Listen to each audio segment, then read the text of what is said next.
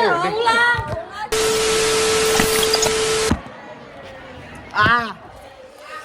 Halo semua.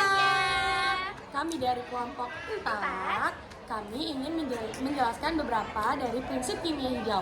Kami kedapatan yang nomor 4 dan 10. Nah, kelompok kami berjumlah 6 orang. Saya Mel Ramadhani. Aku Adin. Saya Hamdan Rufyadiansyah. Saya Alvarno Volantono. Nah, yang duanya kemana nih?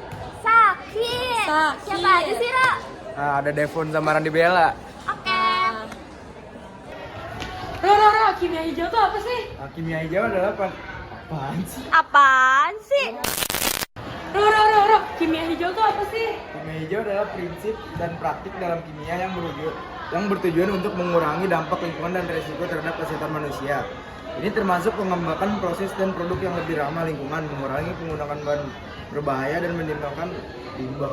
Oh gitu ya, Ro. Oke, makasih Pak Ro.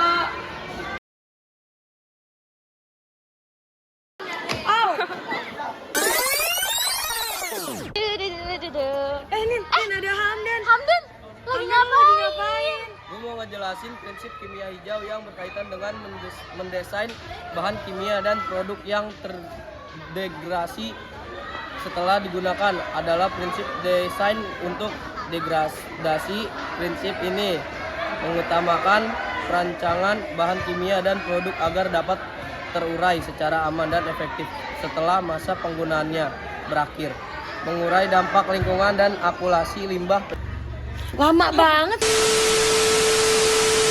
Mel, Hei. tolong jelasin yang tadi gue jelasin dong. Oh, tentang itu ya, penerapan kimia dan produk yang terdegradasi. Jadi salah satu contoh-contohnya itu yang pertama ada plastik biodegradable. Kemasan makanan plastik biodegradable seperti PLA atau polycylic acid dan PHA polyhydrocollonetes dapat digunakan untuk membuat kemasan makanan yang terurai secara alami dalam waktu singkat. Nah, yang kedua juga ada pupuk organik, pupuk kompos. Pupuk kompos terbuat dari bahan organik yang terurai secara alami seperti sisa makanan dan daun kering. Nah, untuk yang ketiga sendiri ada cat berbasis air. Cat interior dan eksterior, cat berbasis air yang lebih ramah lingkungan dibandingkan cat berbasis minyak karena tidak mengandung bahan kimia organik yang mudah menguap atau VOC. Nah, yang keempat itu ada deterjen biodegradable, deterjen cuci pakaian. Deterjen biodegradable mengandung enzim yang membantu mengurai kotoran dan mudah terurai di air. Itu salah satu contoh dari penjelasan kimia. Nggak tahu nih kimia apa.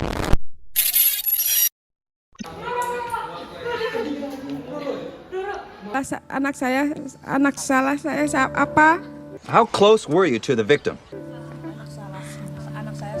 Anak salah. Nih, Bro, tar dulu, ini kan masih jam pelajaran, tuh lu ke kantin sih, mending lu ngejelasin nih. Tolong jelasin prinsip kimia hijau tentang mendesain proses yang melibatkan bahan kimia yang aman.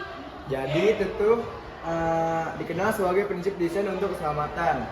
Prinsip ini menekankan pada pengembangan dan penerapan proses kimia yang meminimalkan atau menghindari penggunaan bahan kimia berbahaya atau beracun. Aspek dari prinsip ini meliputi penggunaan bahan kimia aman, pencegahan risiko produksi limbah dan polusi, efisiensi energi. Dengan menerapkan prinsip ini, proses kimia tidak hanya menjadi lebih aman, tapi juga lebih ramah lingkungan dan efisien. Oke, Faro, makasih ya. Contoh-contoh prinsip kimia yang aman. Dan ayo ke kelas, Dan. Yuk. Tar lu tuh ada Anin tuh, ngapain tuh dia tuh? Ih, ngapain ya dia? Min, lu ngaca ngapain sih? Kenapa sih ngatur-ngatur aja? Coba dong sebutin contoh-contoh prinsip kimia yang aman. Oke, jadi contoh penerapan mendesain proses yang melibatkan bahan kimia yang aman untuk industri farmasi ada sintesis obat. Contohnya penggunaan katalis yang lebih efisien dan ramah lingkungan untuk menggantikan reagen yang beracun. Untuk formulasi obat, contohnya adalah penggunaan bahan pengemas yang ramah lingkungan dan dapat didaur ulang. Untuk industri kimia terbagi menjadi dua, ada produksi plastik, contohnya penggunaan plastik yang biodegradable yang dapat terurai secara alami. Untuk penggunaan pupuk, contohnya penggunaan pupuk organik yang berasal dari bahan alami. Untuk industri pangan, contohnya pengolahan makanan adalah penggunaan teknologi pasteurisasi untuk membunuh bakteri